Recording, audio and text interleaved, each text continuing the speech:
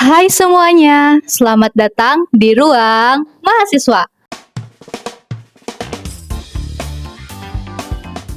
Ruang untuk kita ngobrol, belajar, dan tumbuh bersama. Ditemenin sama aku, Mei. Kali ini kita akan membahas topik yang relevan buat sobat mahasiswa nih, yaitu antara tanggung jawab dan kehidupan pribadi, atau mungkin sering disebut life balance. Kali ini kita sudah kedatangan dua sosok inspiratif yang akan nemenin kita. Kita sambut, yang pertama ada Teh Lopiani. Lalu ada Teh Yuniar. Ini panggilnya apa nih? Teteh, kakak, atau nyonya gitu? Nyonya. Oh, nyonya aja. Gak usah deh, teteh aja. Oke. Boleh dikenalin dimulai dari Teh Lopiani, perkenalin dulu ke sobat-sobat mahasiswa. Oke. Halo teman-teman, salam kenal. Kenalin, aku Loviani, biasa dipanggil Lovi. Dan aku saat ini kesibukannya sedang semester 7 ya. Iya. Sedang menyusun skripsi. Dan selain itu juga aku diamanahi sebagai Duta Kampus tahun 2025. Keren banget. Yang perannya itu menjadi jembatan komunikasi antara mahasiswa, kampus, dan masyarakat. Oke, boleh Teh Yuniar perkenalkan. Oke, halo semuanya. Perkenalkan, nama aku Yunia Rahmawati, biasa dipanggil Yuyun, Yuni, Yuniar, dan sebagainya ya. Tahun ini tuh aku diamanahi sebagai Ketua BEM Fakultas Sosial dan juga mengikuti beberapa organisasi lain yang di luar seperti contohnya KPM gitu, Korps Protokoler Mahasiswa, dan juga jadi bagian tim marketing Bakti Kencana University. Aktif banget Teh Yuyun ini, guys. Oh my god, banyak banget ya kegiatan organisasinya. Aku panggil Teh Yuyun aja gak apa-apa? Boleh. Kita lanjut ke segmen selanjutnya aja. Oke. Kan antara tanggung jawab dan kehidupan pribadi, seperti yang kita tahu ya, kalau teteh-teteh ini tuh sibuk antara organisasi sama tentang akademik gitu teman-teman. Gimana sih cara menghadapi kesibukan itu gitu teteh-teteh? Boleh dimulai dari siapa ya? Terlebih dulu.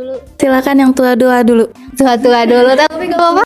Tua itu ya aku di mata kalian. Oke. Enggak kok, tadi hati aku enggak. Kok baby face ya? Wajahnya baby face. Oke, tadi pertanyaannya bagaimana cara menghadapi kesibukan gitu. Iya betul, kayak kan kita jadwal padat tentang realita kehidupan, seimbangnya itu gimana Teh? Oke.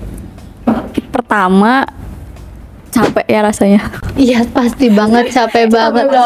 Capek kabur gitu. Tapi mungkin karena aku suka, jadi enjoy banget menghadapinya. Jadi kalaupun jadwalnya padat, itu yang pertama adalah aku harus tahu mana prioritas, mana batasan. Betul banget. Jadi ketika aku udah tahu mana yang lebih prioritas, mana yang sebenarnya ini bisa ditunda dulu, yang pada akhirnya itu tuh jadi ada keseimbangan.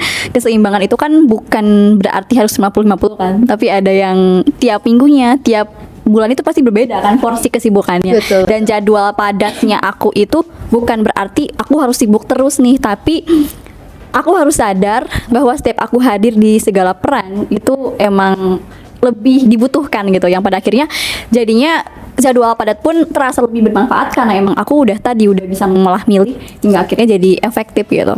Oke, jadi teman-teman harus memilah milih mana minoritas dan prioritas. Lanjut Teh Yuyun, gimana nih menurut Teh Yuyun? Kalau menurut aku tuh ya, dalam segala kesibukan sih ya tadi ya yang benar Telovi bilang, karena aku juga suka gitu, tipe orang yang sangat suka banget explore gitu, baik di eksternal ataupun di internal. Tapi ada 3 hal yang selalu aku ingat dalam setiap memulai hari, memulai kehidupan gitu ya.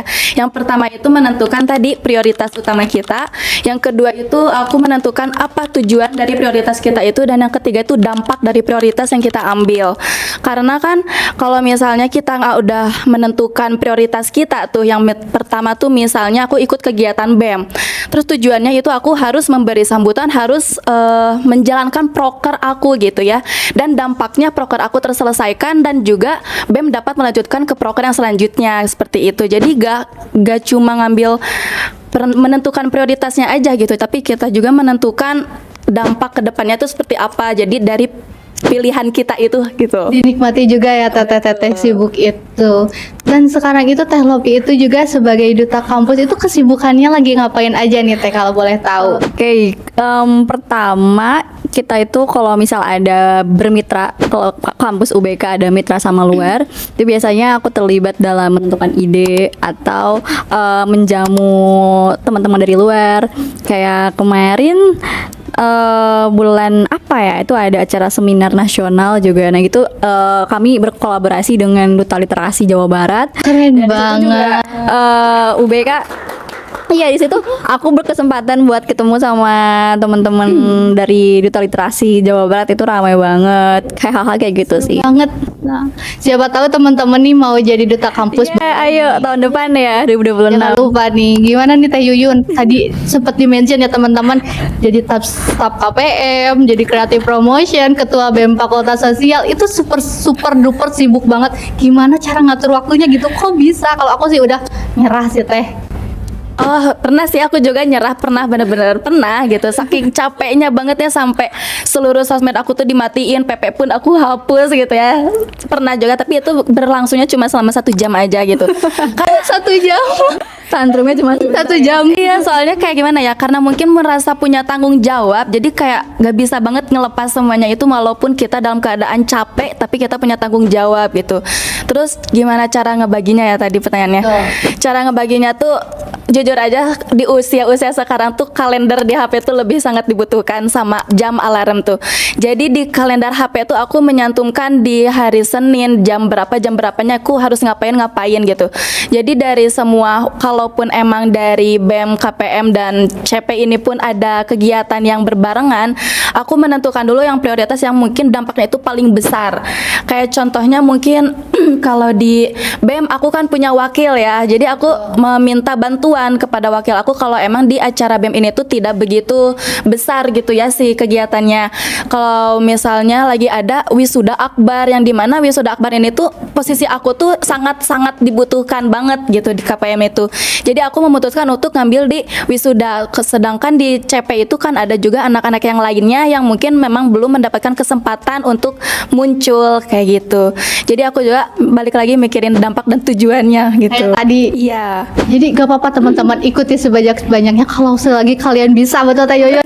Pengalaman itu berarti banget buat kita. Betul sekali. Sekarang kita masuk ke games, boleh gak? Seru-seruan dikit gitu. Tadi udah jelas-jelasin. Boleh gak? Boleh. Oke. Kita jawab cepat gitu. Kalau nanti aku kasih 2 pilihan, Teh Yuyun sama Teh Lopi jawab cepat. Kalau sama berarti satu chemistry-nya itu udah. Oh, jadi sehati kita. Iya. Berarti harus semoga ya. Cek telepati gak sih? Boleh? Please. Samain? Boleh. Bismillah. Boleh. Sambut ya teman-teman. Me time atau quality time bareng teman? Quality time. Beda.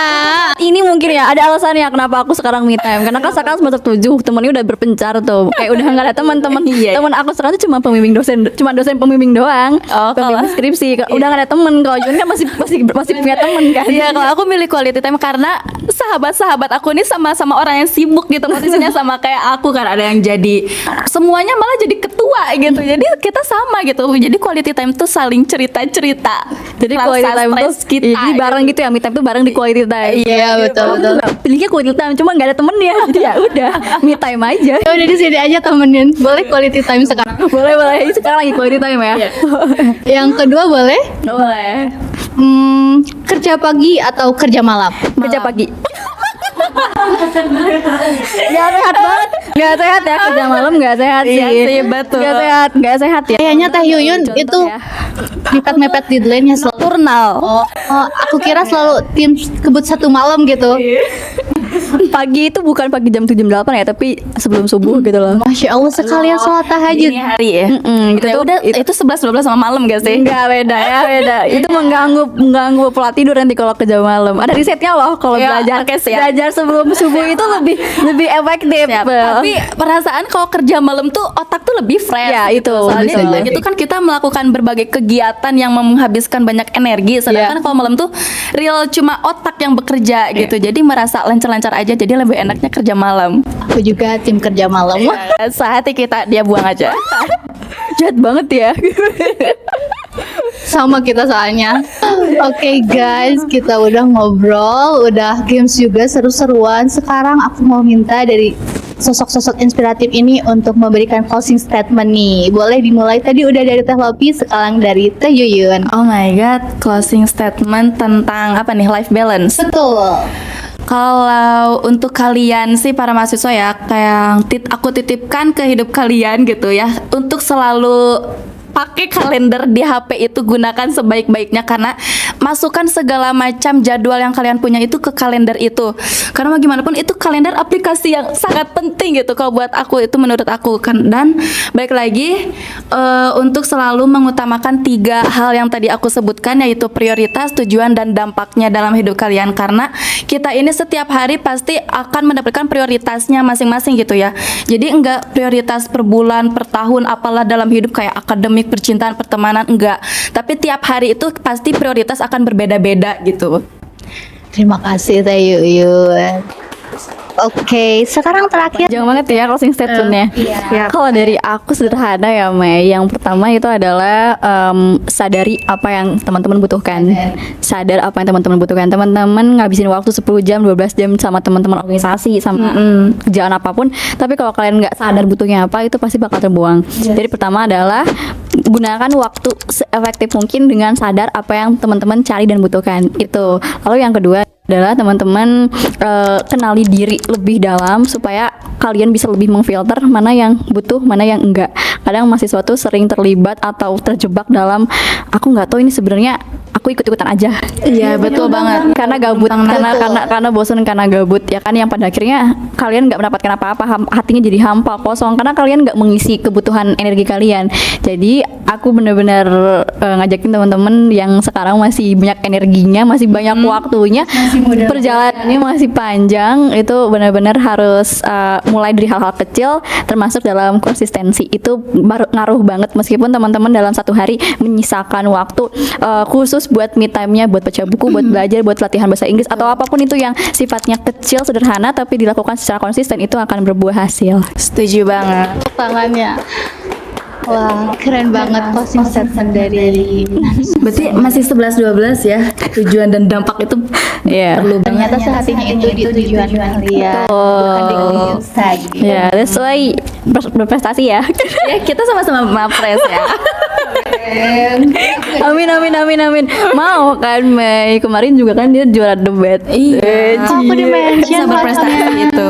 Keren banget lagi aku ngeliat tuh. Udah ya?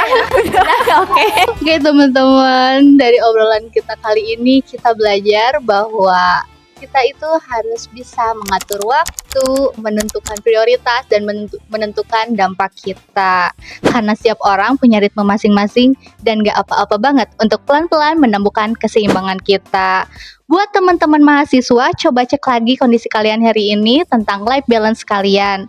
Dan jangan lupa follow dan share video ini untuk mengikuti episode selanjutnya. Terima kasih untuk Teh Yuniar dan Teh Lopi telah datang di Yeay, sama-sama. acara ini. Mungkin sekian dari Ruang Mahasiswa kali ini. Sampai jumpa di episode selanjutnya. Terima kasih. Dadah.